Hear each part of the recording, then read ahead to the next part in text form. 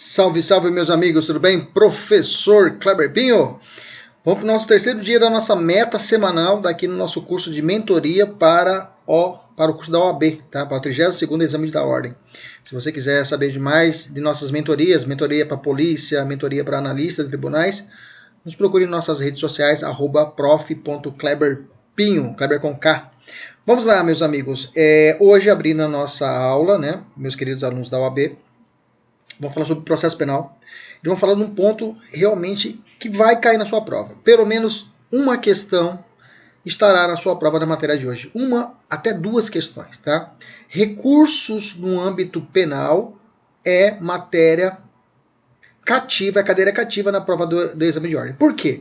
O examinador da OAB, a FGV, ele quer saber se realmente você vai ser um bom advogado. Você vai visualizar a ação até o final da primeira instância, o recurso a ser estabelecido, das decisões do juiz, se você sabe recorrer, ok? Então, por isso a importância da matéria de recursos. Já vou te dar a dica. Um dos pontos importantes que é cobrado na prova é você fazer o casamento. Você vê a situação e enquadrar qual o recurso. Isso é muito comum, tá? Não quer dizer que somente isso cai na prova, mas você tem que partir desse princípio. Você tem que conhecer o recurso e para ver aonde ele vai ser encaixado, qual situação ele vai ser encaixado. Beleza? Bom, partindo dessa premissa, vamos ver a questão que está posta para nós do início dos nossos trabalhos. Vem assim, a prova de 2019, falando assim, Fred foi denunciado e condenado, ok? Condenado em primeira instância, beleza. Pela prática do crime de corrupção ativa, ok? Corrupção ativa, um crime contra a administração pública praticado por um particular. Sendo ele e seu advogado intimados do teor da sentença no dia 5 de junho de 2018, numa terça-feira. Quando eu vejo muitos alunos, quando vem data assim na prova, eu já falo, ai meu Deus do céu, eu não sei contar prazo, meus amores, vai ser tão fácil que você vai ensinar para o seu sobrinho, para sua filha de 2 anos, você vai ensinar para ela e ela vai saber contar o recurso junto com você. Olha só.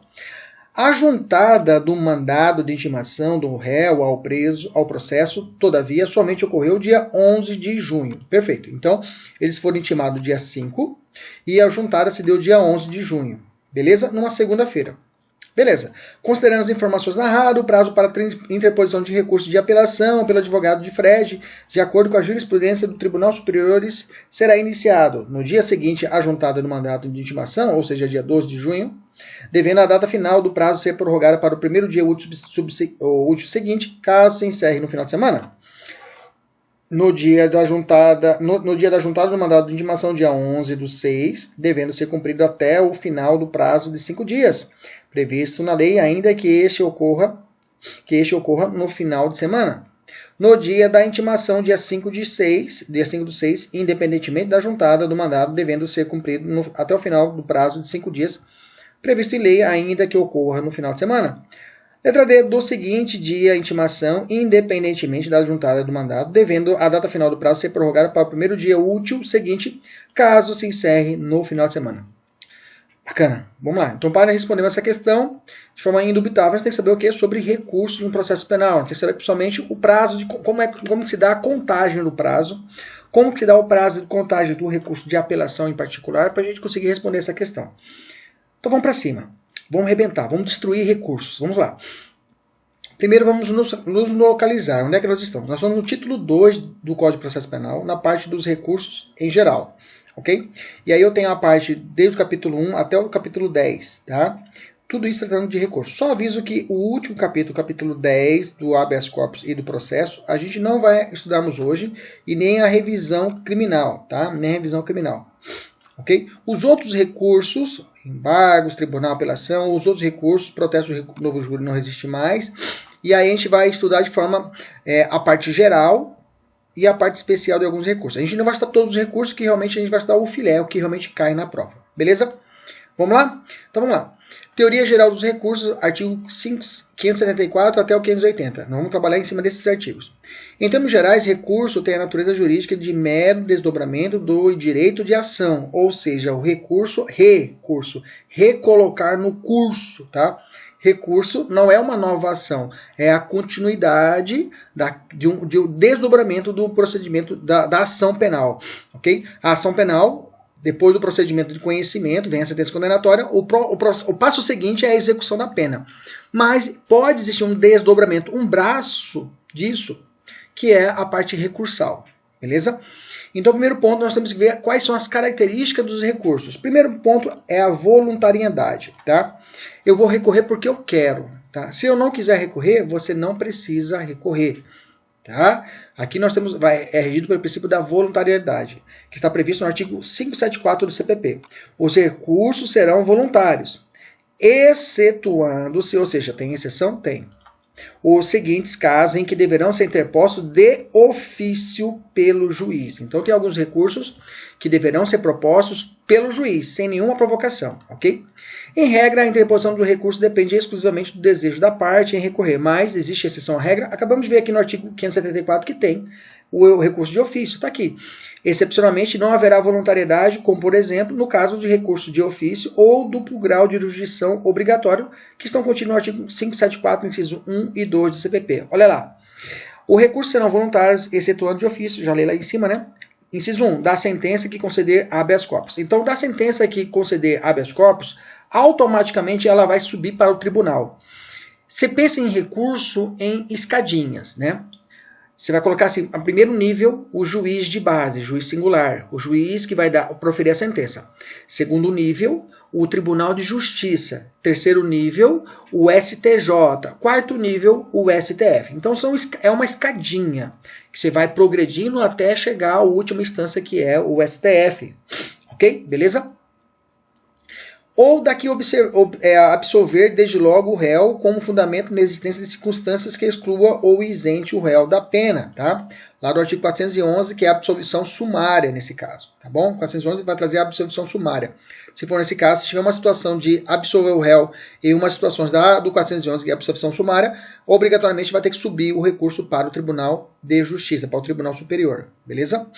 Extensão subjetiva do efeito devolutivo do recurso. É possível, tá? O efeito extensivo, não vamos falar agorinha, que é possível que quando uma pessoa não recorre, acontece um concurso de pessoas, dois criminosos, aliás, dois clientes nossos, né? Nós somos advogados, né? Dois clientes cometem um crime, ok?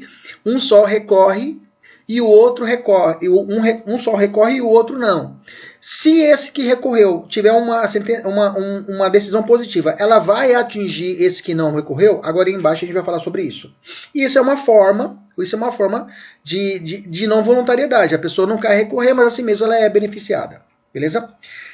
Outra característica é a tempestividade do recurso. Os recursos não é ad eterno. Não se admite inconformismo por tempo determinado. Eu estou inconformado com a decisão do juiz o juiz que deu a decisão. Então ficar pensando aqui 1 ano, 2 anos, para um dia eu vou recorrer. Não existe isso. A tempestividade basta nisso. A tempestividade é um pressuposto, inclusive, de admissibilidade do recurso. Quando chega o recurso para o juiz, para ele poder analisar o recurso, para poder subir para o tribunal, não vamos falar sobre na apelação, ele vai olhar a casca do recurso. Eu chamo isso de juízo de admissibilidade. Primeira coisa, quando chega um recurso, chegou o assessor, vai para o juiz. Juiz, chegou um recurso aí da sentença do senhor aí, a parte recorreu. O juiz vai falar assim, assessor, primeira coisa, olha lá, vê se o prazo desse recurso está certo. Vê se a interposição está no prazo correto. Qual que é o prazo para recorrer, para interpor um recurso de apelação? 5 dias. Conta no dedo aí, vê se deu 5 dias. Deu certinho. Então, está tempestivo. E aí ele vai analisando vários requisitos de admissibilidade, que é uma casca. Ele não vê o mérito, ele não vai ver a decisão, ele não vai rever a decisão dele, tá? Ele vai ficar só olhando na casca, isso é juízo de admissibilidade. O mérito vai deixar para o tribunal analisar. Então, no juízo da admissibilidade, quem faz é esse juiz de base, juiz da cor, tá? Mas isso eu vou falar mais lá para frente. Ok? Mas a tempestividade é um dos requisitos que vai ser analisado. Lembrando que ações autônomas de impugnação não estão sujeitas a prazo. Habeas corpus, revisão criminal, essas aí não tem prazo, tá? A revisão criminal, ela aparece com a ação rescisória lá no cível, tá? Mas aqui não há prazo, ok? Como ocorre a contagem do prazo processual? Como acontece? Já vou responder a questão de hoje, né? Tem uma súmula, a súmula 710 do STF, que fala assim, que a contagem do prazo inicia-se da intimação e não da juntada do documento. Então, da intimação começa a se contar o prazo do recurso. A intimação é um dia após o dia do susto. Vou explicar para vocês agora, tá? Vou traduzir isso para você, tá? O 798 CPP, parágrafo 1º, fala assim: ensina que não se computa o dia do começo, mas computa o dia do vencimento, tá? E no parágrafo 3º, não há previsão de que, finalizado o prazo no final de semana, prorroga-se para o primeiro dia útil subsequente. O que eu quero dizer para vocês?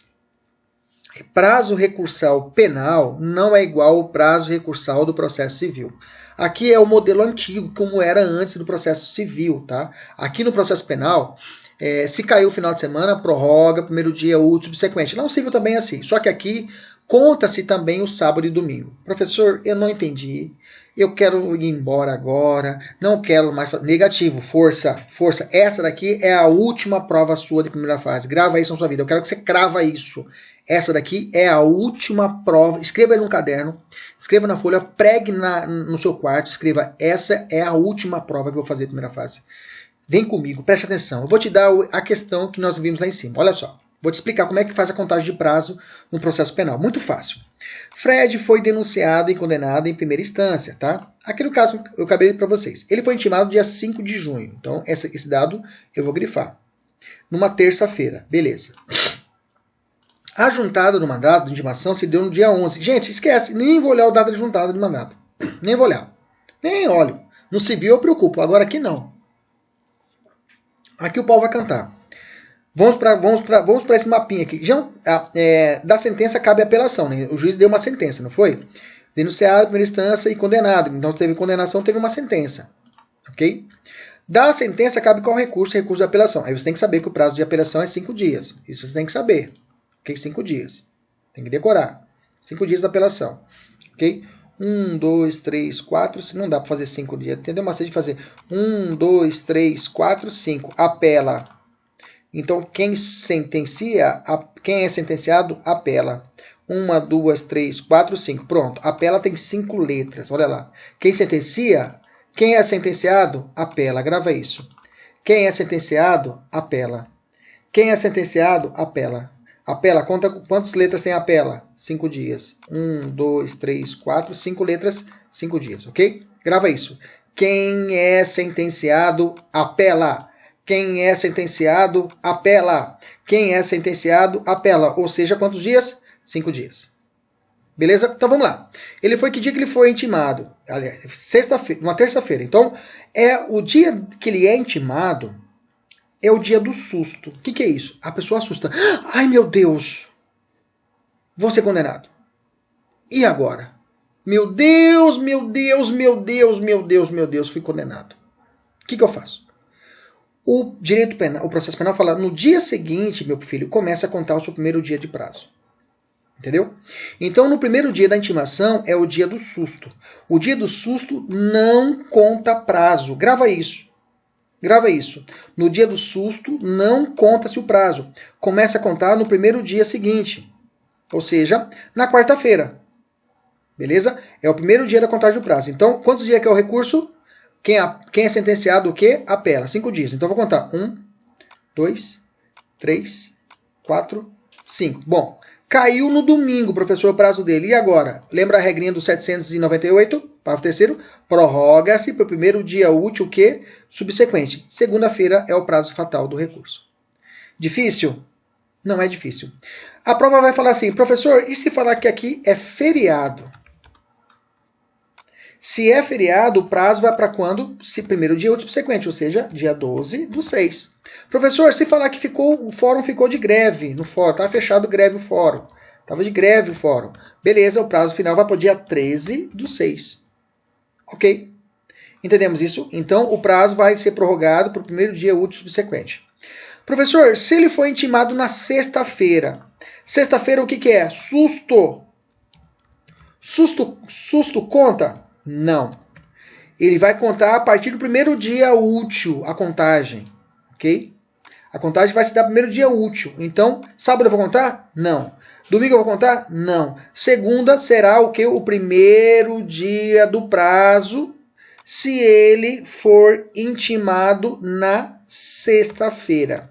Isso aqui cai muito na segunda fase, viu, gente? Quem faz a segunda fase penal, Isso aqui cai muito para você datar a peça. Aí vai ser dia 12, vai ser dia 2, segundo dia. Dia 13 vai ser o terceiro dia. Dia 14 vai ser o quarto dia. Dia 15 vai ser o quinto dia. E aqui é o prazo que? Fatal. Entendemos? Então, no final de semana, sábado, domingo, feriado, não conta para começar e nem conta para finalizar. Grava isso. Final de semana não conta para começar e nem para finalizar. Beleza? Tranquilo? Eu acho que deu, né, gente? Eu acho que deu para explicar tranquilinho, né? Bacana? Então, como ficaria... Não, deixa que no final da aula a gente responde esse daqui. Entendeu? Vou te adiantar para você. A apelação e reze também é 5 dias, tá? Apelação e reze também é 5 dias. Bacana? Tranquilo? Vamos continuar aqui. Apelação, reze e ROC. Pode anotar aí. Já tem um quadrinho aqui embaixo. Mas apelação, reze e ROC, 5 dias. Beleza? Como ocorre a contagem da intimação na sentença por edital? Vamos lá. Agora a sentença é por edital. Por edital eu fiz quadrinho também. O tio Kleber fez quadrinho para vocês. Deixa eu dar mais um Z aqui. Para mim não me perder. Bacana. Ok, vamos lá.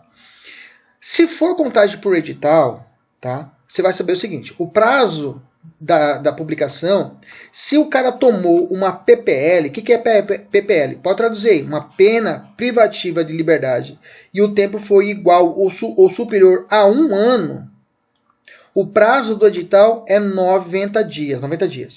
Vou repetir. Se ele tomou uma PPL, pena privativa de liberdade, essa pena foi igual ou superior a 1 ano, o prazo do edital é quantos dias? 90 dias. Normalmente a prova traz essa informação, tá? Agora, se for prazo menor de 1 ano, o prazo do edital é quantos dias? 60 dias. Se for uma PRD, pena restritiva de direito, ou uma multa, e o cara está em lugar incerto e não sabido, ninguém sabe onde ele está, a intimação por edital será de 60 dias, tá?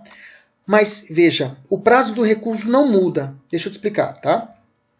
O prazo para apelação ocorrerá após o término do fixado no edital. Olha só interessante. O prazo da apelação ocorrerá após o término do fixado no prazo do edital. Vou te explicar para você. Vamos lá. Vamos imaginar aqui. Exemplo de uma pena de 10 anos, de uma pena de reclusão de 10 anos, ou seja, uma pena privativa de liberdade de 10 anos.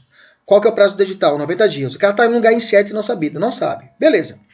Publicou o edital. Lá atrás. Aí está contando o prazo. Aí vem 1, 2, 3, 4, 5, 80, 86, 87, 88, 89, 90. 90 caiu numa quinta-feira. Ok? O prazo vai começar a contar no primeiro dia aqui. O susto seria aqui já. O susto ele já tomou quando foi intimado, ok? Começa a contar na sexta-feira. Ok? Primeiro dia do prazo. Aí sábado vai contar? Conta sábado. Olha a diferença daqui, ó. Aqui a intimação, se for na sexta, aí o prazo começa a contar na segunda. Agora aqui, por exemplo, ele já foi, o susto já ocorreu. Esse prazo de 90 dias já vai ser como se fosse tudo isso aqui é susto. 90 dias de susto o cara tá tomando, entendeu? Deu 90 dias de susto. O que aqui é um dia de susto, quando ele é intimado, a intimação do editalista, ou é 90 dias, ou é 60 dias de susto. Quando acabar o prazo do susto, ou seja, 90 dias assustando, se ele sofrer do coração e morre, né? Começa a contar o primeiro dia do prazo, sexta. Aí eu vou contar 1, 2, 3, 4, prazo fatal, terça-feira. Olha só essa questão aqui, eu quero que você resolva ela para mim, tá? Não fica preocupado, como o pessoal falou, professor, eu queria fazer mais questões do que concurso. Se você fazer todas essas questões que eu estou colocando para você fazer aqui durante o material, já basta. Nós vamos fazer aqui pelo menos aí umas 30 questões. É claro. Se você tiver mais tempo, faça mais questões. Isso eu quero que você faça sem enjoa de fazer questão. Ok? Mas não fica pensando, professor, eu vou diminuir a minha aula com o senhor e vou fazer questão. Mas não, aí ferrou, né? Porque eu estou aqui para te ajudar. Beleza? Taxatividade, outra característica. A previsão legal do recurso deve se dar de forma prévia e expressa. Tá? Números clausos. Eu não posso inventar na minha cabeça um recurso. Bom? Unirrecorribilidade das decisões. Para a decisão, cada decisão cabe um recurso, tá? Cabe à parte escolher o recurso adequado, tá? Excepcionalmente, admite-se o recurso em face de uma decisão, que é o recurso extraordinário, tá? E o recurso especial, que pode ser proposto um no STJ e no outro no STF simultaneamente, beleza? Agora esse ponto aqui é importante, isso aqui cai na prova. Reformatio in impégios, ou ne reformatio impégios. O que é isso? Existem duas espécies de reformatio impégios. Tem a chamada reformatio impégios direta. Eu tenho certeza que a maioria não estudou na faculdade. Professor, não é culpa do professor às vezes, né? É porque não tem tempo na faculdade, né? Às vezes não tem pra gente explicar. E aqui a gente consegue trabalhar certinho. Vou explicar para você de forma didática, quando eu estiver explicando pro João Felipe, que é o meu sobrinho aqui, sobrinho da minha esposa, mas é meu sobrinho também, eu chamo sobrinho, que tem aí seus 7 anos. Olha só, bem facinho. Imaginamos veio a sentença. A sentença foi de 12 anos. Só a defesa recorre. O Ministério Público não recorreu. A acusação fala, não, tá bom, o Ministério Público fala 12 anos, tá ótimo. O tribunal, no julgamento da apelação, não pode aumentar a sentença de 12 anos. Não posso prejudicar a vida do sujeito. Entendeu? Então a sentença, ou ela vai reduzir, ou ela vai se manter em 12 anos. Isso é proibição da reforma para prejudicar. Dias atrás o Lula o Lula, né? Teve um processo dele, que aí a Globo, é fora que os organismos de comunicação não explicam, né? Eles falaram assim, Lula recorreu e perdeu, e o tribunal aumentou a pena dele. Aí os alunos na hora, professor, pera lá, pô. Se ele recorreu e aumentaram a pena, tá errado, feriu o reformatio impégios. Aí eu perguntei, o Ministério Público recorreu? Aí eles olham, recorreu. Pronto. Se o Ministério Público recorrer, tá valendo, não é reformatio impégios. Agora, se o Ministério Público não recorre, só a defesa, só nós advogados recorremos, aí o tribunal, quando estiver analisando o recurso, pode falar assim, putz, não tem como, não posso aumentar a pena, não posso prejudicar. Aí tem uma pergunta boa, professor, e se o tribunal identificar, por exemplo, assim, uma nulidade, né? Contra o réu, que vai prejudicar a vida da defesa, digamos que descobriu uma nulidade que vai acabar prejudicando a vida do réu, o tribunal, e o Ministério Público não recorreu. Nesse caso, o tribunal pode reconhecer essa nulidade, que vai mandar voltar o processo e pode prejudicar a vida do réu? A resposta é não. Okay? A resposta é não. Digamos que a defesa está recorrendo do prazo da sentença de 1 ano.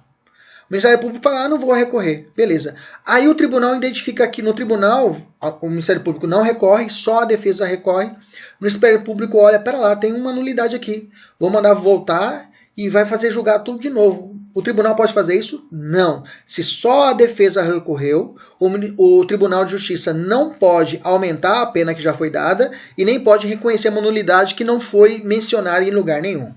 Isso é a proteção do reformatio impégios. Direta. A indireta é mais fácil ainda. Olha só. Só a defesa recorre da sentença de 12 anos. O Ministério Público não recorre. Beleza, beleza. A defesa diz que ocorreu nulidade na sentença. Beleza? O tribunal acolhe a nulidade da sentença e fala assim, juiz, o tribunal fala para o juiz, julga de novo. Beleza? Beleza. O processo volta para o juiz julgar de novo. A pergunta é, o juiz, na nova sentença, ele pode dar uma sentença acima de 12 anos? Não. Esse é o chamado reformatio impégios indireta. Ou seja, não é o tribunal que está mexendo. Ele manda voltar para o juiz e o juiz está obrigado a aplicar uma nova sentença que seja limitada à sentença anterior, ou seja, 12 anos, e não posso aumentar. Ah, professor, sacanagem. Não, isso é sistema protetivo do direito processual penal. Olha só essa questão aqui. A jurisprudência uníssona do STF admite a proibição do reformatio impégios indireta. Por esse instituto, entende-se. Já adianto para você que esse tipo de questão você não vai encontrar na prova mais, né? Hoje as provas são casuísticas, é uma questão, problema para você resolver. O que é indireta? Vamos direto para a letra B, que é a alternativa correta. O juiz está proibido de prolatar sentença com condenação superior à que foi dada no primeiro julgamento, quando o tribunal, ao julgar o recurso interposto, apenas pela defesa, anula a sentença proferida pelo juízo ACO. Juízo ACO é o juiz que faz a decisão. Juízo ad quem é quem vai realizar o julgamento, vai rejulgar, que vai analisar o recurso no seu mérito. Beleza, vamos descer. Outra característica dos recursos é a vedação da desistência do recurso pelo Ministério Público. Beleza? A parte pode desistir. Lembra lá quando eu falei de ação penal? Eu sei que você lembra, eu tenho certeza disso. Lembra quando eu falei para vocês? O Ministério Público, ele não pode ter a disponibilidade de propor, aliás, a obrigatoriedade, ele tem a obrigatoriedade de propor a ação penal. Lembra disso? Ele é obrigado a propor, né? Ou a ação penal privada, não. É a voluntariedade. Ele vai propor se ele quiser. Então, a obrigatoriedade. E depois que entrou com a ação, o Ministério Público não pode desistir. Lembra disso? Perfeito. Mesma coisa que no recurso. O Ministério Público não está obrigado a recorrer. Mas se ele recorrer, não pode desistir. Cuidado que eu acabei de dizer. O recurso, o Ministério Público não está obrigado a recorrer. Mas se assim o fizer, não pode desistir. Tá aqui, ó. O MP é obrigado a interpor recurso? Não. Contudo, uma vez interposto, não pode desistir. Beleza? Tranquilo? O recurso é desdobramento da ação do direito da ação. O Ministério Público não pode desistir da ação em primeiro grau, como eu já disse para vocês. Logo, não pode desistir em grau de recurso, por fundamento ao princípio da indisponibilidade da ação penal pública. Beleza? Tranquilo? Múltipla legitimidade recursal é outra característica dos recursos. Várias pessoas podem recorrer. Quem que pode? Ministério Público, o querelante, estou falando na ação penal privada, o próprio réu e o advogado, o procurador ou seu defensor. Beleza? O réu sozinho pode recorrer? Pode. Ele pode interpor, ok? Agora, não será admitido, entretanto, recurso da parte que não tiver interesse na reforma ou modificação da decisão. Se não tiver interesse, é um dos requisitos, inclusive um dos pressupostos subjetivos da ação é interesse recursal. Se não tiver esse interesse, não será possível a admissão desse recurso. No caso de divergência entre a vontade do réu e a vontade do defensor em recorrer, qual prevalece? O réu quer recorrer e o defensor não quer, porque normalmente não recebeu. Eu não vou recorrer porque não recebi. Não vou recorrer. Qual prevalece? Prevalece a quem pretende recorrer. Pode até acontecer que o réu fala, eu não quero recorrer, mas o defensor fala, não, vamos recorrer. Se o réu não quis, o que prevalece é a decisão daquele que quis recorrer. A renúncia do réu ao direito de apelação manifestada sem a assistência do defensor não impede o conhecimento da apelação por este imposta. Ou seja, a renúncia do direito de recorrer pelo réu é manifestada sem a assistência do defensor. O defensor falou que vai recorrer. O advogado falou, vou recorrer. O réu falou, não vou. E o advogado vai e recorre. A pergunta é, prevalece o recurso? Sim, não impede o conhecimento da apelação por este imposta. Ou seja, não impede o conhecimento da apelação imposta pelo advogado. Beleza? Olha só essa questão aqui. Vou fazer com vocês essa. Após irregular a instituição processual, Flávio foi condenado pela prática do crime de tráfico de entorpecentes a uma pena privativa de liberdade de 5 anos de reclusão, a ser cumprida em regime fechado e 500 dias multa. Beleza. Intimada a sentença sem assistência da defesa técnica, olha a importância que eu grifo na prova, Flávio renunciou ao direito de recorrer. Renunciar é antes, desistir é depois, pois havia confessado a prática delitiva. Rafael, advogado de Flávio, porém, interpôs recurso de apelação dentro do prazo legal, buscando a mudança de regime penal, ou seja, de fechado para um semiaberto. Nesse caso, é correto afirmar dizer que o recurso apresentado por Rafael não poderá ser reconhecido? Deverá ser reconhecido, pois não é admissível renúncia ao direito de recorrer no âmbito do processo penal. Está errado. Não poderá ser reconhecido? Deverá ser reconhecido, pois a renúncia foi manifesta sem a assistência do defensor. A alternativa correta, letra D. Beleza? Tranquilo? Maravilha. Deixa eu desmarcar. Vamos embora, vamos continuar. Vamos lá. Efeitos do recurso. Vamos lá. Você entendeu, né, gente? Veja que tem alguns pontos que realmente o examinador cobra. E eu digo para você, a FGV, o examinador, é preguiçoso. Ele tende a repetir pontos-chaves. Por isso nós estamos estudando aqui pontos-chaves, ok? Efeito devolutivo. Devolutivo é o efeito que devolve a matéria recorrida novamente para apreciação do judiciário. Devolve toda a matéria para poder ser analisada. O recurso de apelação é o recurso por excelência, porque analisa toda a matéria fática. Toda a matéria dos fatos, análise de testemunha, tudo é analisado no recurso de apelação criminal. É um recurso devolutivo por essencial. Suspensivo, professor, o efeito suspensivo. O efeito suspensivo é exceção. A regra é que os recursos não tenham efeito suspensivo. O efeito suspensivo impede que a decisão produza efeitos desde logo, paralisa a eficácia da decisão recorrida. Em regra, o efeito suspensivo não provoca suspensão do andamento do processo, exceto se assim for determinado pelo juiz, se houver impossibilidade lógica, previsão legal expressa no tocante a determinado ato, exemplo rese contra a decisão de pronúncia, a qual suspende o julgamento da ação em si. Beleza? Tranquilo, não vou entrar em detalhes de situações realmente mais tranquilas, mais assim, menos exigidas em prova. Vamos para o que interessa. Regressivo, isso aqui cai em prova, cai. É o chamado efeito, é a chamada, mais fácil de entender, retratação, tá? Pode vir na prova o nome diferido também, ou reiterativo. É mais conhecido como diferido, é mais comum em prova, ok? Retratação e regressivo. O que é retratação? O que é retratar-se? Você vai e fala uma bobagem para sua esposa. Puta, falei merda, vou me retratar, vou voltar atrás. Você volta atrás, entendeu? Então, a retratação é quando o próprio juiz que deu a decisão, ele pode voltar atrás na sua decisão. Todos os recursos cabem isso? Não. Aí que está a sacada. O efeito de retratação ou regressivo só é estabelecido para alguns recursos, ok? O efeito regressivo iterativo é especial, o efeito devolutivo. Exemplos de recursos que permitem o efeito regressivo. Agravo com despacho designatório de RESP, de recurso extraordinário e recurso especial. Agravo em execução, isso aqui cai em prova. Carta testemunhável. Carta testemunhável que nada mais nada menos é destrancar recurso que teve o seu juízo de admissibilidade negado. Embargos de declaração, tá? Embargos infringentes, embargos de declaração, embargos infringentes, não vamos estudar muito, cai embargo infringente em prova, vamos falar dele agorinha. E recursos em sentido estrito. Quais são os três que só aposta a pessoa que pode cair na prova? Agravo em execução, ok? Cai em prova. Embargos infringentes, marquei, acabei desmarcando.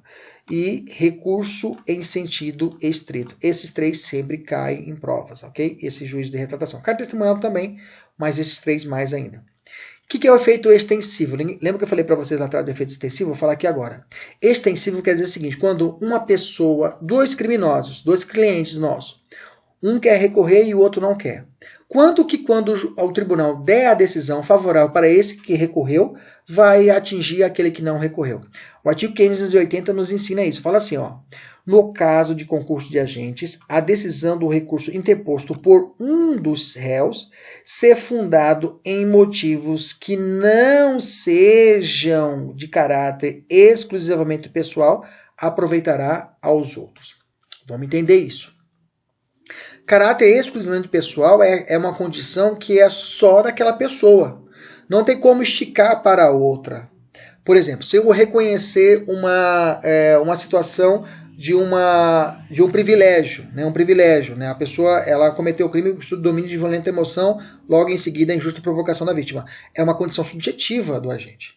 Ela é uma situação única, exclusiva pessoal do agente. Então essa não vai comunicar.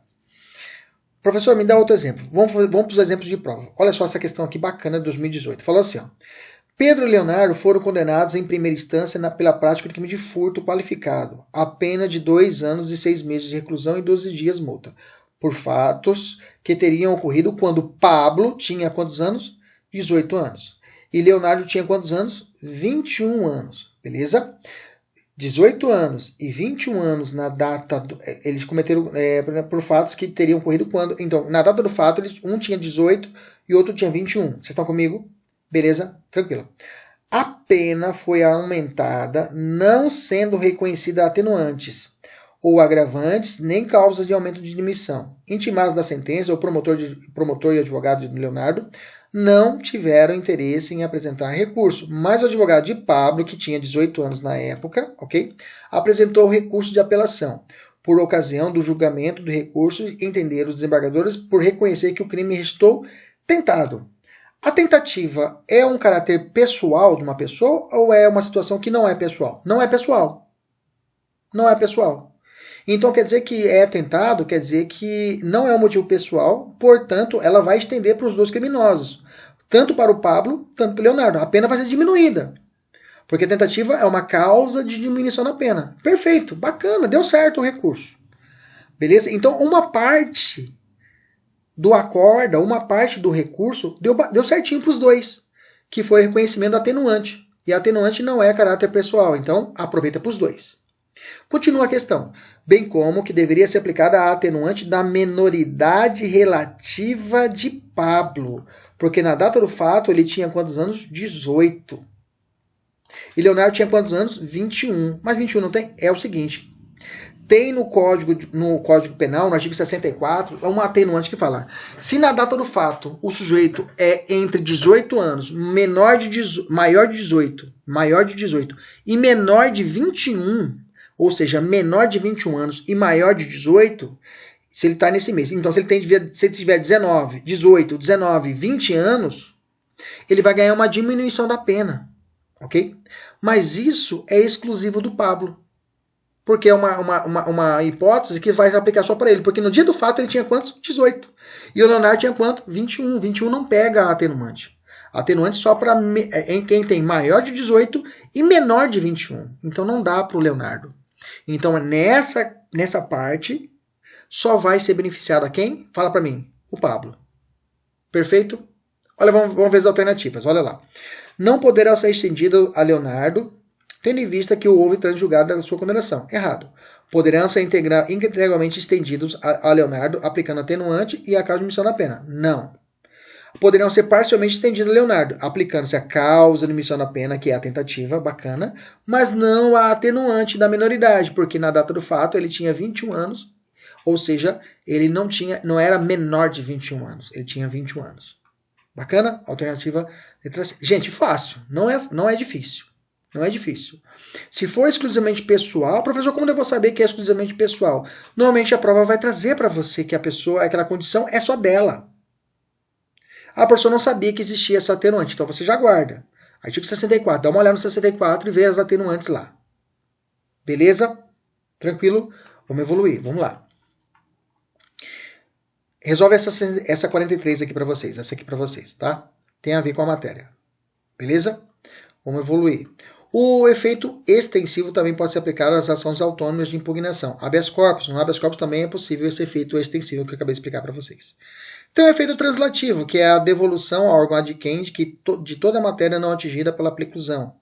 Esse efeito é importante no recurso ex officio. Beleza, vamos evoluir. Pressupostos de admissibilidade e objetivos do recurso. Quais são os pressupostos de admissibilidade e objetivo do recurso? Cabimento. Para cada recurso cabe uma ação. Para cada espécie de decisão cabe um recurso autorizado legalmente. A adequação tem que ser aferida pelo acerto na via recursal escolhida. Repercute no requisito subjetivo denominado interesse recursal. Tem que ser a via adequada. Digamos que é uma situação da apelação e você entrou, por exemplo, com uma revisão criminal. Não tem nada a ver. Beleza? Tempestividade, é o prazo, respeito aos prazos, nós já falamos lá atrás, agora eu vou falar para vocês os prazos de cada recurso. Lembra que a Defensoria tem prazo em dobro e o Ministério Público não possui prazo em dobro na esfera penal, tá? Diferenciação material, ok? Já a Defensoria tem prazo em dobro. Fatos impeditivos, extintivos, ok? Impeditivos, preclusão, possui 3 esferas, preclusão temporal, lógica e consumativa, vamos andar, tá? Essa aqui é a parte teórica mesmo, vamos andar. Renúncia ocorre antes da interposição do recurso e extintivo acontece depois, por exemplo, desistência, quando ele desiste do recurso. Lembra que o Ministério Público não pode desistir do recurso. Beleza? Deserção. Deserção, aqui é determinada a deserção do recurso caso o réu condenado fugisse, né? Mas isso foi revogado em 2011. Ok? Professor, tem preparo? Tem que pagar recurso? Tem que pagar o recurso se não for de justiça gratuita, você tem que pagar o recurso, o preparo do recurso. Ok? Mas na esfera penal, praticamente todas são de justiça gratuita, né? Só na ação penal privada é que aí você tem que recolher o preparo do recurso. Responde essa questão aqui para mim. Vamos evoluir. Subjetivos, interesse das partes e legitimidade, tá, gente? Eu vou pular porque lá na frente, quando estiver falando dos recursos especificamente agora, eu vou falar agora, e aí eu volto a falar dessa legitimidade e interesse, beleza? Que vai estar embutido propriamente nos recursos. Montei uma tabela aqui. E essa tabela aqui vai servir para a gente dar um cenário geral, mas a gente vai escolher alguns recursos e trabalhar de forma isolada eles, ok? Recurso em sentido estrito, tá? Ele precisa de uma folhinha, uma capa, a gente chama de folha de rosto, tá? que vai endereçar para o juiz que deu a decisão, e uma folha de razões que vai para o tribunal. Isso aqui a gente precisa saber, que na fase de segunda fase de OAB, quando estiver na segunda fase penal, se for fazer, tem que aprender isso aqui. Prazo de recurso, 5 dias. É os 5 dias para interposição, você manifestar que você quer recorrer. Tá? E 2 dias para juntada das razões. Gente, esquece um pouco esse papo de razões, é prática processual. Vem para a prova mesmo, tá? Qual é o prazo de recurso de apelação? 5 dias, ok? 5 dias para você apresentar tudo. Grava isso. Aliás, apelação não, reze, né? Recurso em sentido estrito. Que a apelação também é 5 dias, né?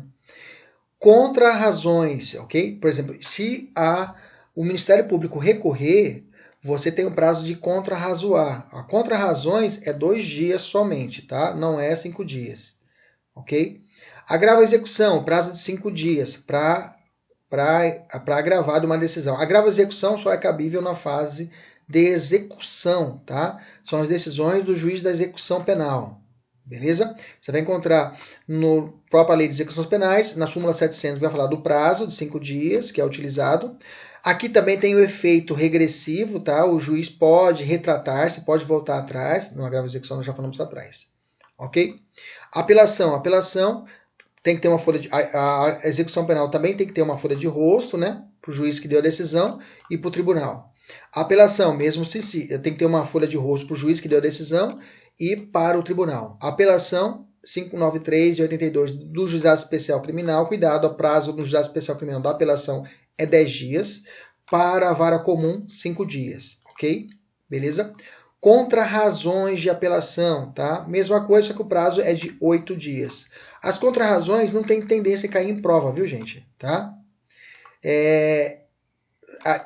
Nos juizados especiais, o prazo seria o quê? De 3 dias, né? salvo as contravenções penais. Salvo as contravenções penais, que é de 3 dias. Ok? Embargos de declaração, 2 dias. Se for juizado especial, 5 dias. Ok? Embargos infringentes, 10 dias. Tá? Vamos falar agora sobre acordo não unânime. Tem que ter 2 folhas. Ok? Recurso especial, 15 dias. Recurso extraordinário, 15 dias. ROC, 5 dias. Vamos falar dele agora. Fica tranquilo. Carta testemunhável, 48 horas. Viu, gente? Carta testemunhável é em horas. Tá? Revisão criminal não é recurso, é ação, mas não há prazo. Veja só como já caiu. Quais desses recursos são exclusivos da defesa? Ó, revisão criminal é só a defesa que entra. Embargos infringentes e de nulidade, só a defesa que entra. Ok? Protesto do novo júri não existe mais. Carta testemunhável, aqui é tanto a defesa como a acusação. Beleza? Vamos falar do recurso em sentido estrito. Tá? Esse aqui nós já falamos atrás. O recurso em sentido estrito vai impugnar o quê? As decisões interlocutórias. Tá? É como se fosse o agravo lá na justiça civil. Tá? A gente vai recorrer das decisões interlocutórias. Tá? Então, onde que está previsto? No artigo 581. Sendo um rol taxativo, mas permite interpretação extensiva ampliativa. Tá? Tem previsão em legislação extravagante o RESE? Sim. Código de Trânsito Brasileiro lá tem RESE. Tá? No decreto 201/67, que vai falar de prefeito, se não me engano, também cabe RESE. Ok? Na 1581 de 51 também cabe RESE. E na lei de crimes praticado crime organizado também cabe RESE. Ok? Beleza? Tem caráter... Você tem que saber de cor? Não. Você tem que decorar o 581. Essa aqui cai em prova. Tá? Beleza? Tem caráter principal ou residual? Ele é um caráter residual, tá? O RESE. O RESE é residual. Ou seja, eu só vou usar o RESE se não for possível o quê? A apelação. Se for possível a apelação, eu uso a apelação. Se sobrar, eu uso o RESE. Ele é feito em autos apartados? Sim. O RESE ele vai ficar separado da ação, tá? Regra geral, o processamento do RESE se dá em autos apartados. Por isso que chama recurso de distrito, vai se dar por dentro de um instrumento, como se fosse um agravo instrumento. Excepcionalmente, o RESE subirá ao tribunal nos próprios autos, ou seja, dentro do processo. Quais hipóteses, professor? Quando for interposto de ofício, quando houver interposições contra a decisão que não receber denúncia ou queixa, julgar procedente exceções salvo suspeição, quando interposto contra a decisão de pronúncia, quando interposto contra a decisão de decretar prescrição ou julgar outra extinta punibilidade, que conceder ou negar ordem de habeas corpus, ok? Todas essas serão julgadas, o réis vai subir dentro do próprio recurso, dentro do próprio processo, quando o recurso não prejudicar o andamento do processo. Beleza? Vamos descer já aqui. Competência, é o juiz ACO que vai fazer a análise. Deixa eu descer aqui e vamos falar já das hipóteses de cabimento que são mais comuns em prova. Vamos lá. Onde é que está as hipóteses de cabimento do réis? Estão contidas no artigo 581 do Código de Processo Penal, ok? Agora, uma coisa. A pergunta é, professor, todas as hipóteses do 581, todas as hipóteses do 581 são hipóteses de réis? Não, viu, gente? Cuidado, não. Porque tem algumas hipóteses que são de agravo em execução, ok? Já vou dizer para você, tudo que está aqui desse lado, vou até grifar em amarelo, tá? No seu material não está em amarelo, mas vou deixar aqui já nessa cor mais clara. Tudo isso aqui é agravo em execução, ok? Conceder e negar a suspensão condicional para a pena, livramento condicional, unificação de penas, tudo isso tem a ver com matérias de a execução penal. Agora, se for fora disso, será possível o réis. Recurso dirigido quando despacha ou sentença que não receber denúncia ou queixa, que incluir pela incompetência do juízo, que julgar procedentes as exceções, salvo de suspeição, pronunciar ou impronunciar o réu, pronunciar o réu. Opa, isso aqui, pronunciar o réu não, aqui tá fora. Apaga do seu aí, tá? Acabou vindo junto aqui. Apaga, por favor, risca aí. Que pronunciar ou impronúncia é apelação agora. Impronúncia é apelação, risca no seu material. Que só pronúncia, tá, gente? Risca aí. Que conceder, negar, arbitrar, cassar ou julgar idônea fiança, que julgar quebrada a fiança, que decretar a prescrição ou julgar outro modo distinto à punibilidade, que indeferir pedido de reconhecimento de prescrição, que conceder negar a ordem de habeas corpus, que anular processo de instrução criminal no todo ou em parte, que incluir jurado na lista desta excluir, denegar apelação, que ordenar suspensão, que decidir incidente de falsidade, que converter multa em detenção. Gente, anota no seu material agora aí, ó, embaixo.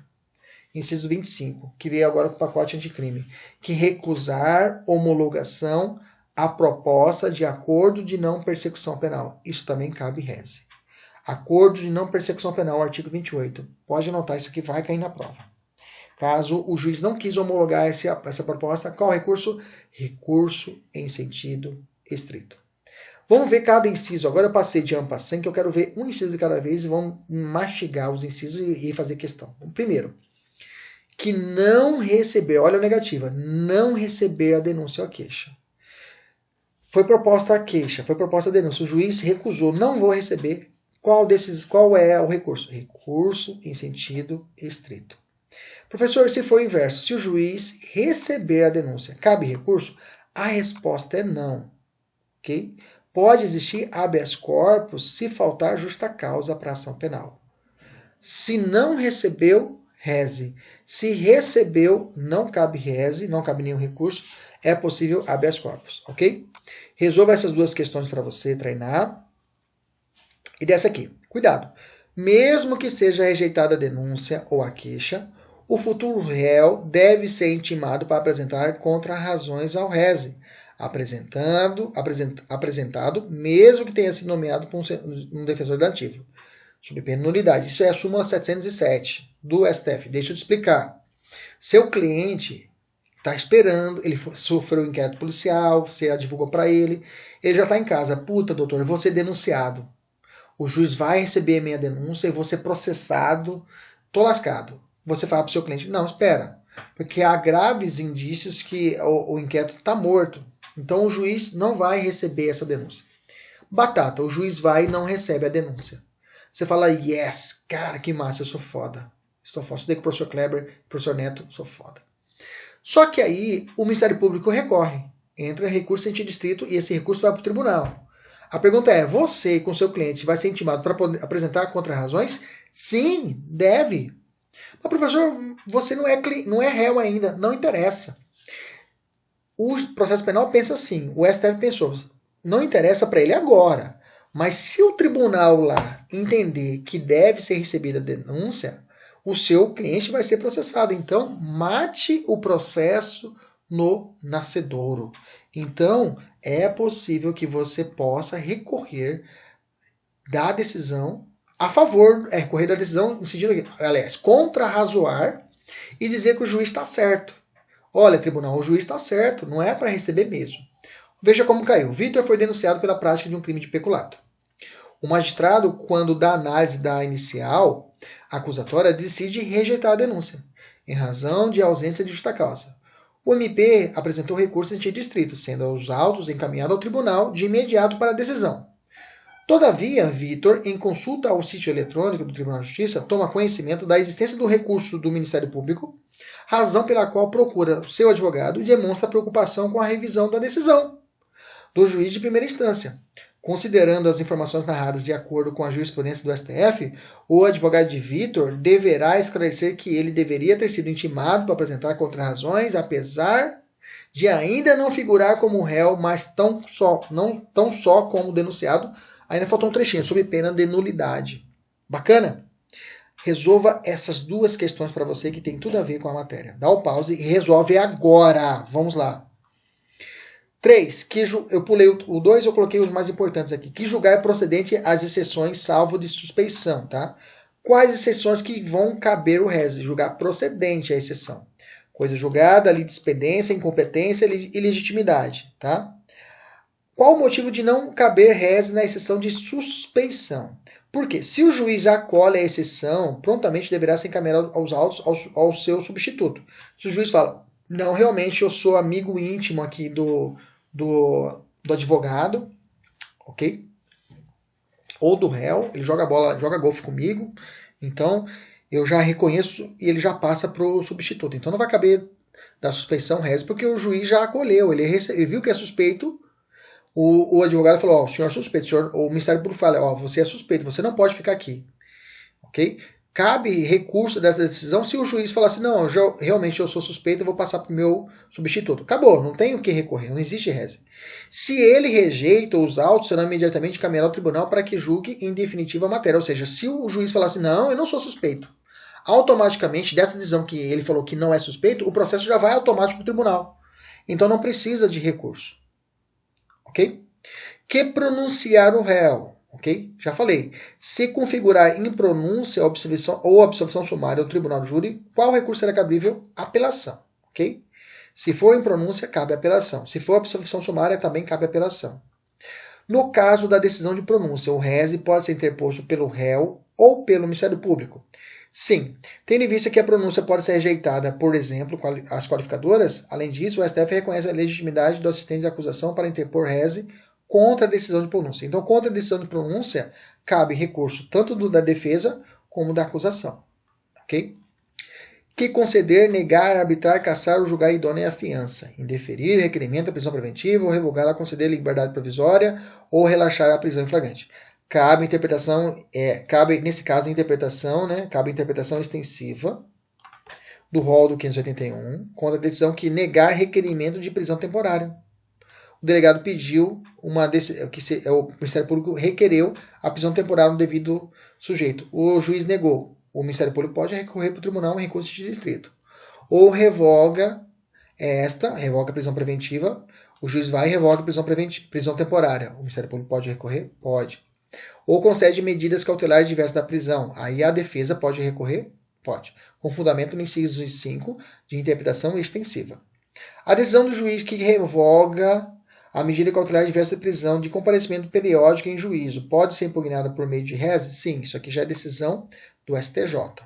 Bacana? Medida cautelar diversa da prisão de comparecimento periódico em juízo. Pode ser impugnada via reze? Sim. Que indeferir o pedido de reconhecimento da prescrição ou de outra causa de extinção da punibilidade. Por exemplo, a defesa fala, olha, excelência, está prescrita.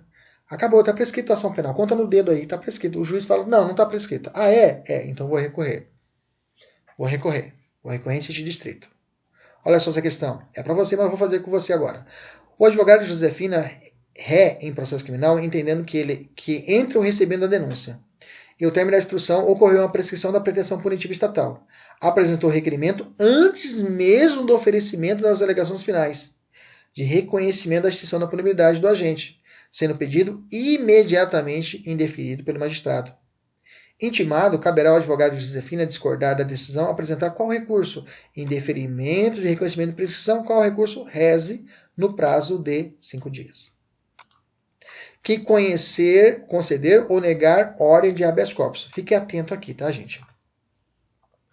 Se conheceu ou negou o habeas corpus, ok? E quem deu dessa decisão foi o juiz, eu vou entrar com reze, ok?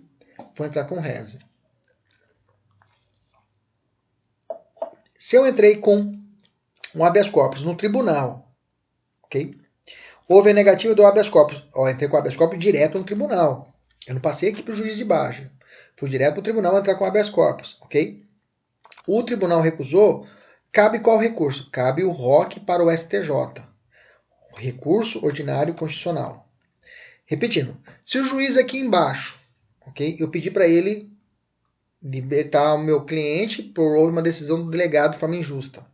Ele negou o habeas corpus, ok? O juiz negou o habeas corpus. Qual recurso vai caber?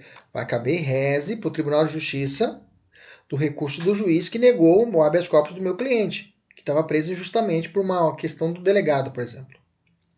Agora, se eu pedir para o tribunal, ou entrei direto no tribunal, ok? E pedi um habeas corpus do tribunal, o tribunal negou, da decisão negativa não vai caber o reze, vai caber o quê? Recurso ordinário constitucional, pode anotar aqui na frente, para o STJ.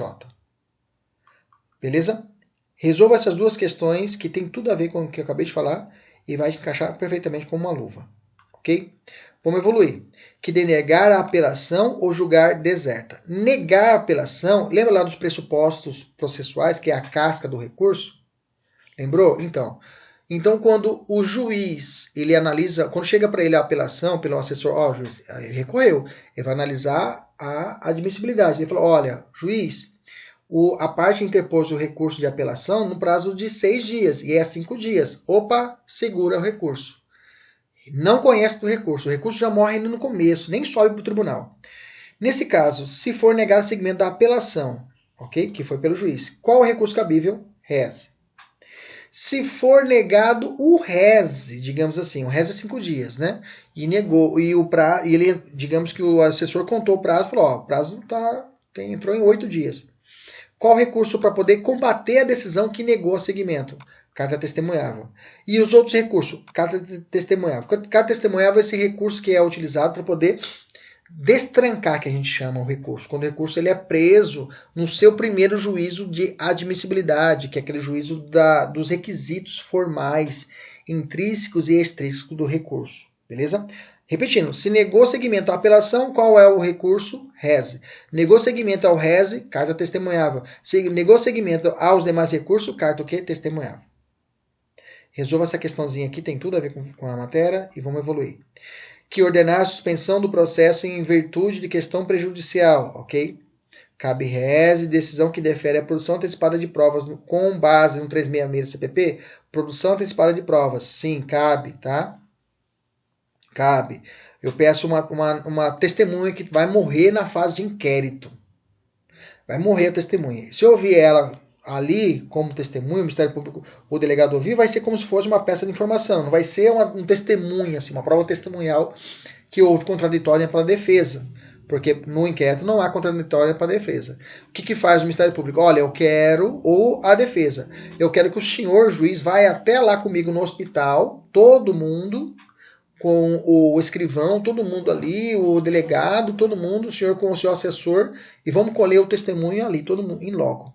Okay? Se o juiz negar essa produção antecipada de prova, eu tenho a possibilidade do reze. O momento da decisão do reze, né?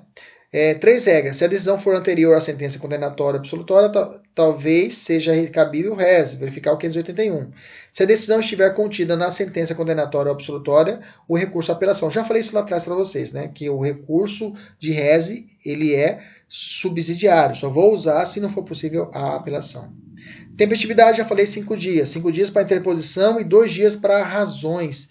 Muita gente na prática, professor, gente, aprende o seguinte, quando deu 5 dias, é o prazo de você juntar tudo. Junta toda a documentação e já entra com recurso. Para a OAB é isso, tá? A OAB é isso, grava isso. Na prática, outros 500. Tem algum prazo diferenciado? Tem 20 dias, tá? Se for para excluir jurado, e 15 dias da interposição e 2 dias para razões, quando o assistente da acusação não habilitado, ok? Pois habilitado é o prazo normal, que desde que o Ministério Público não faça. Então, se for o assistente de acusação não habilitado, o prazo de recurso do reze é 15 dias. ok? Prazo grande, né? É preciso recolher preparo? Dinheiro? Nas ações públicas, não. Nas ações privadas, sim. Já falei isso lá atrás. Quais são os efeitos do RES? Regressivo, é um dos mais importantes. Ele possibilita o juízo de retratação dos juízes que deu a decisão. Devolutivo, parará, beleza. RES tem efeito suspensivo? Em regra, não, tá? Mas se for perda de fiança, deserção da apelação, pronúncia, tá? Todas essas situações de quebra de fiança, é possível o efeito suspensivo, ok? É possível mandado de segurança para atribuição de efeito suspensivo? Não, tá? Isso aqui é a súmula do STJ, guarda aí. Não existe mandado de segurança para dar efeito suspensivo em RES. Fechamos RES e vamos para apelação, tá? Apelação 593, né? Isso aqui nós já vimos lá em cima, né? É recurso por excelência, o mais amplo e abrangente do processo penal, podendo ser um rol aberto e flexível. É possível apelação plena ou em parte, tá? Porém, no procedimento do tribunal do júri, eu tenho que dizer o que eu quero recorrer. O que é isso? Quando eu for interpor o recurso, quando for uma decisão do júri, eu tenho que falar, olha, eu estou recorrendo da decisão do júri porque a sentença do juiz foi contrária à lei expressa ou decisão dos jurados. Eu tenho que dizer o porquê que eu estou recorrendo, ok? O efeito devolutivo da apelação contra a decisão do júri é adstrito aos fundamentos da sua interposição, ou seja, quando eu for interpor o recurso nos 5 dias, eu tenho que dizer por que eu estou recorrendo. Eu tenho que dizer isso, ó, estou recorrendo por causa que a decisão do jurado foi manifestamente contrária aos autos do processo, a prova dos autos. Ok? Então, vamos gravar. Na apelação no tribunal do júri, eu tenho que, na peça de interposição, eu tenho que dizer quais são os meus motivos, quais são as minhas razões. Assistente da acusação pode recorrer? Sim, de forma subsidiária, né? Quem é o assistente da acusação? É o advogado que vai ficar cornetando ali do lado do Ministério Público. É o cara que também quer recorrer. É o cara que também quer acusar. No caso da menina que morreu agora, né, da Patrícia, né, vocês viram lá que apareceu um advogado Yashida, né, um japonês. O Yashida é advogado da família. Ele não é advogado de defesa, é advogado de acusação. Ele é, futuramente, numa ação penal, se assim existir, ele vai ser habilitado como assistente de acusação. Ele vai funcionar como advogado de acusação e não de defesa. Ok? É possível assistente de acusação mesmo que não tenha sido habilitado em interpor recurso de apelação. Já falei o prazo de 15 dias lá em cima, né? Já falei lá em cima. Bacana? Tranquilo. Se ele já tiver habilitado, se tiver já habilitado, se não tiver habilitado é 15 dias. Se ele não tiver habilitado, 15 dias, e correrá a partir do momento que acabar o prazo do Ministério Público, ok? Se ele já estiver habilitado, o prazo é de 5 dias normal. Tá? Habilitado é quando ele já está inscrito no processo, já tem numeração e está lá dentro participando. Tá? O réu precisa recolher-se para apelar? Não, não precisa, né? A competência para recorrer, a decisão, a apelação é feita em 2 folhas, uma peça de interposição e uma peça de razão. A folha de rosto é direcionada ao juiz que deu a decisão, juiz ACO. Aqui não tem juízo de retratação. E a segunda peça é as razões para o tribunal, ok? Aqui eu já falei da inerrecobilidade, já falei lá atrás, né? Hipótese de cabimento para a apelação das sentenças definitivas de condenação ou absolvição. Já falei lá atrás, né? Da sentença de impronúncia ou absolvição sumária cabe apelação, já falei isso lá atrás, né? Das sentenças definitivas de condenação ou absolvição proferida pelo juiz singular, juiz sozinho, das decisões definitivas ou forças definitivas proferidas por juiz singular, no caso previsto no capítulo anterior, na decisão do tribunal do júri, eu já falei para vocês quais são as decisões do tribunal do júri, ok? Se a sentença do juiz-presidente for contrária à lei expressa ou divergir das respostas dos jurados, o tribunal de quem fará a devida retificação, beleza? Vamos descer, vamos continuar aqui. Quando cabível a apelação, não poderá ser usado recurso de distrito. Já falei lá atrás, né? O recurso de distrito é subsidiário. Só vou usar quando não for possível a apelação. Aí eu tenho dois julgados aqui, vou tratar de quando aplicando os requisitos da apelação. Dá uma olhada, tá? Depois, com carinho. Juizados especiais. Já falei para vocês que o prazo é 10 dias das decisões de juizados especiais, tá? Não tem muito mistério. A apelação será interposta no prazo de 10 dias, contada a licença da sentença, tá? Da qual constarão as razões, então tem que apresentar tudo junto de uma vez só. O recorrido será intimado para oferecer resposta também no prazo de 15 dias, que é as contrarrazões, tá? As partes poderão. As partes serão intimadas da data de sessão, maravilha. Resolve essa questão aqui também de juizado especial, facinho para você fazer. Na apelação é possível conhecer nulidades absolutas, mesmo que não arguídas pelas partes? Sim, né? Só não pode arguir o que não foi falado pela acusação. Isso já foi para vocês. É o reformato de impédios indireta. O tribunal, a reformados impédios, né? Reformados impédios indireta. Reformados impédios direta. O tribunal não pode ninguém falou dessa nulidade, eu vou falar. Não pode, tá? Se ninguém falou até então, se o Ministério Público não falou, deixa quieto. Tempestividade, já falei, 5 dias, 5 dias por termo e 8 dias para razões. Tá? 10 dias nos juizados especiais, 15 dias se for assistente não habilitado, se for habilitado 5 dias, né? Já falei lá atrás. No caso de contravenção penal, o prazo é de 10 dias, tá? Grava isso aqui, ó. Contravenção penal é o mesmo prazo dos juizados especiais, 10 dias. Se for contravenção, vai estar no juizado especial, o prazo é 10 dias. Mas se houver uma demora na juntada do recurso por culpa do cartório, como é que fica? Aí tem duas súmulas. A parte não pode. Perdeu o prazo, mas você fala lá, vê a juntada do processo, vê a juntada dos autos lá, se protocolou no dia certinho. Aí o cartório lá, o estagiário de direito, juntou no processo, né? Isso acontecia muito nos físicos, uma semana depois. E ele falava, opa, eu juntei uma semana depois e. Não é culpa da parte. Se for culpa do cartório, a parte não pode ser responsabilizada por isso, tá? As duas súmulas tratam disso. Tá bom? Embargos infringentes e nulidades são dois recursos que são exclusivos da defesa. Tá? Os embargos infringentes são cabíveis quando o acordo impugnado possui divergência em matéria de mérito. Esse aqui que cai. O de nulidade nem tanto, tá? Só impugnação adequada contra acordo divergente em matéria de nulidade processual. O que é divergente, gente? Toda vez que você viu uma questão, tá? O 609 é bem claro. O parágrafo único. Quando não for unânime, a decisão segundo instância desfavorável ao réu admite-se embargos infringentes e nulidades. Tá? Decisão não for unânime. O que é uma decisão não unânime? Se eu tenho 3 desembargadores, um votou a favor do seu cliente, pronto. A decisão já foi não unânime. 3 desembargadores, um votou a favor.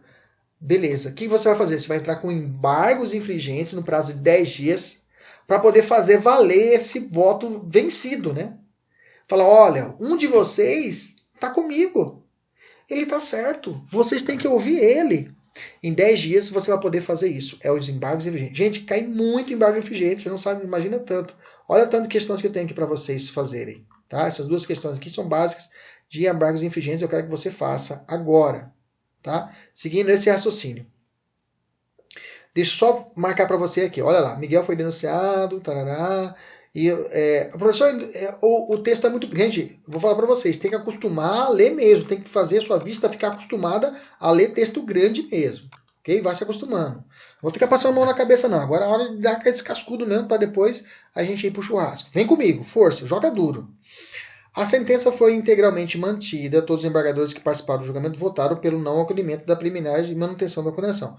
Houve voto vencido de um desembargador que afastava apenas a causa de aumento do emprego de arma. Veja, se você viu isso na prova, você fala voto vencido, já sabe, embargos infringentes.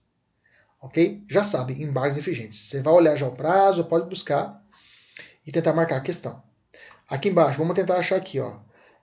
Aqui o Ministério Público apresentou embargos infringentes. Está errado, parceiro. O Ministério Público não pode apresentar embargos infringentes. Por quê? É um recurso exclusivo da defesa. Ok? Pronto, já dei a deixa para vocês dessas duas questões aí para vocês resolverem. Recurso ordinário constitucional. Já falei lá atrás. Quando o habeas corpus, ou quando o habeas corpus, ok? Ele é rejeitado. Ele é recebido devido decidido em última instância, tribunais regionais ou tribunais de justiça, tá? Quando a decisão denegatória. Então, quando o habeas corpus ele é denegado, ou seja, negado o seu segmento, lembra, se for uma apelação que for negada, você vai entrar com res, né? Aliás, perdão. Se for negativa de segmento, ok? Negativíssimo de habeas corpus, você vai entrar com recurso ordinário constitucional, isso eu quis dizer, ok? Se for mandado de segurança também, professor, recurso ordinário constitucional. Quem decidiu? O Tribunal do Estado ou o Tribunal Regional Federal? Normalmente vão usar o Tribunal do Estado, ok? Vai caber o quê? Vai caber o recurso ordinário constitucional. Esse recurso ordinário vai para onde, professor? Vai para onde? Ó, para o STJ, ok? Beleza? Tranquilo? O ROC tem o recurso ordinário constitucional que vai para o STF. Quando vai ser isso, professor? Você vai olhar habeas corpus, ou mandado de segurança, ou mandado de instrução, decidido por tribunais superiores. Então, o habeas corpus foi negado pelo STJ. Vai para onde? Para o STF. Foi um mandado de injunção, foi negado pelo TSE, digamos assim. Vai para onde? Vai para o STF. Ok? Mas o queridinho é esse aqui, ó, crime político. Você viu lá, julgou o recurso ordinário, ok? Julgar em recurso ordinário. Crime político foi julgado, para onde que vai? Vai em ROC, para onde? Para o STF. Falou crime político, você fica esperto, ele vai estar pedindo, puxando sua língua de recurso ordinário, que tem que ir para o STF. Mas a regra normalmente cai o quê? Habeas corpus que foi negado pelo Tribunal de Justiça do Mato Grosso. Qual o recurso? Recurso ordinário constitucional para o STJ. Veja só essa questão. Em razão de uma determinada conduta, o juiz de direito da primeira instância que atuava em uma vara criminal de comarca de Curitiba, o advogado Frederico ingressou com habeas corpus junto ao tribunal. Opa, habeas corpus no tribunal. Figurando como autor coautora o magistrado. A ordem foi o quê? Olha a palavra-chave, denegada. Tribunal de Justiça de onde? Paraná. Paraná é Tribunal do Estado, sim ou não? Sim, Tribunal do Estado. Tribunal do Estado, que foi negado o habeas corpus, cabe o quê? Recurso ordinário constitucional. Qual o prazo? 10 dias. Ok? 10 dias. Beleza? Normalmente esses recursos infringentes em ordinário caem bastante, mas perceba, ele só quer saber se você conheceu, se você sabe o recurso. Ok? Olha só, vamos identificar aqui nessa 59. Vamos lá. Habeas corpus, impetrar habeas corpus perante o Tribunal de Justiça. Pronto, já matou aqui, ó. Ok? Buscando tratamento. Impetado, e Hélio entrou com mandado de segurança. Olha só, mandado de segurança onde? O Tribunal de Justiça. Olha lá. Lembra, mandado de segurança e habeas corpus entrou no Tribunal de Justiça. Se for denegado, é ROC. Vamos descer? Sendo que o habeas corpus não foi concedida por maioria dos votos, enquanto o mandado de segurança foi denegado por unanimidade. Ok? Intimado da proferida de decisão, qual habeas corpus, qual que vai ser decidido? Ordem de habeas corpus não foi concedida, não foi concedida, ou seja, foi denegado. Foi denegado, não concedido, quer dizer que foi denegado. Negaram o habeas corpus, ok? E uma da segurança também foi denegado, por unanimidade. Não foi concebida, não foi negado. Não foi concedida, quer dizer que foi negado, viu, gente? Foi denegado por unanimidade também, tá? Ele colocou maioria dos votos aqui para te confundir. Falar, professor, não é infringentes? Infringentes é quando é decisão de tribunal, ok? De primeira instância. Okay? O tribunal de decisão do juiz que virá de baixo, do juiz, não em habeas corpus. Falou em habeas corpus, a gente esquece o embargos infringentes e vamos entrar com o recurso ordinário constitucional. Vamos lá, olha lá. Aqui a alternativa, aqui, letra A. Recurso ordinário constitucional nos dois casos. Okay? Lá no rodapé eu fiz uma explicaçãozinha, ok? Tranquilo? Olha lá. Não seria rese, não seria rese. Aí, deixa eu fazer aqui. Não seria rese, professor?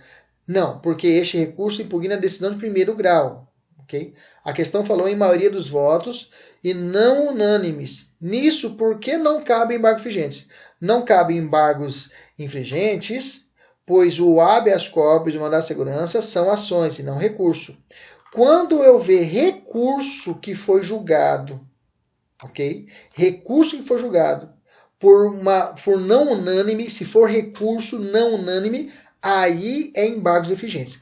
Agora falou de não unânime, esqueça. Se é ação, habeas corpus, mandado de segurança, que foi negado, se for unânime ou não unânime, mas foi negado, ROC, grava isso. Se for recurso, foi julgado improvido, ou não conhecido por uma decisão não unânime, aí é embargos infringentes. Agora, se está falando de habeas corpus, que é ação constitucional, ou mandado de segurança, que é a ação constitucional que foi negada, Se for pela maioria ou foi não, mas foi negada, é ROC. É ROC. Ok. Beleza. Estamos acabando já, gente. Força. Questão. Agravo a execução quando a decisão é feita pelo juiz da execução. Cabe em 5 dias e aqui também cabe o juízo de retratação. Acho que vamos voltar para a questão, né? Já deu 1h14. Ixi, vamos lá, vamos encerrar. A questão que nós já resolvemos ela, né? Lá atrás, né? A questão que nós propusemos para fazer. O prazo fatal vai dar dia 11/6, né? Então, no dia, a intimação vai se dar a partir de quando, né? Ele foi intimado dia 5, é o dia do susto. O prazo começa a contar que dia? No dia 6 de junho, ok? Alternativa correta, letra D. Beleza? Essa é uma das aulas que são chaves do nosso curso. Elas são mais longas, porque realmente não tem como a gente passar de en passant por pontos essenciais. A gente tem que ir devagarzinho mesmo. Por isso a gente está levando um pouquinho mais de tempo. Tenha paciência, tá? Se for o caso, depois assista novamente essa aula com tranquilidade. Aprenda que tudo é construído um passo de cada vez. E essa será a última prova de primeira fase que você vai fazer o exame de ordem. Beleza? Fique com Deus, até a próxima, se Deus quiser. E Ele sempre quer. Tchau, tchau.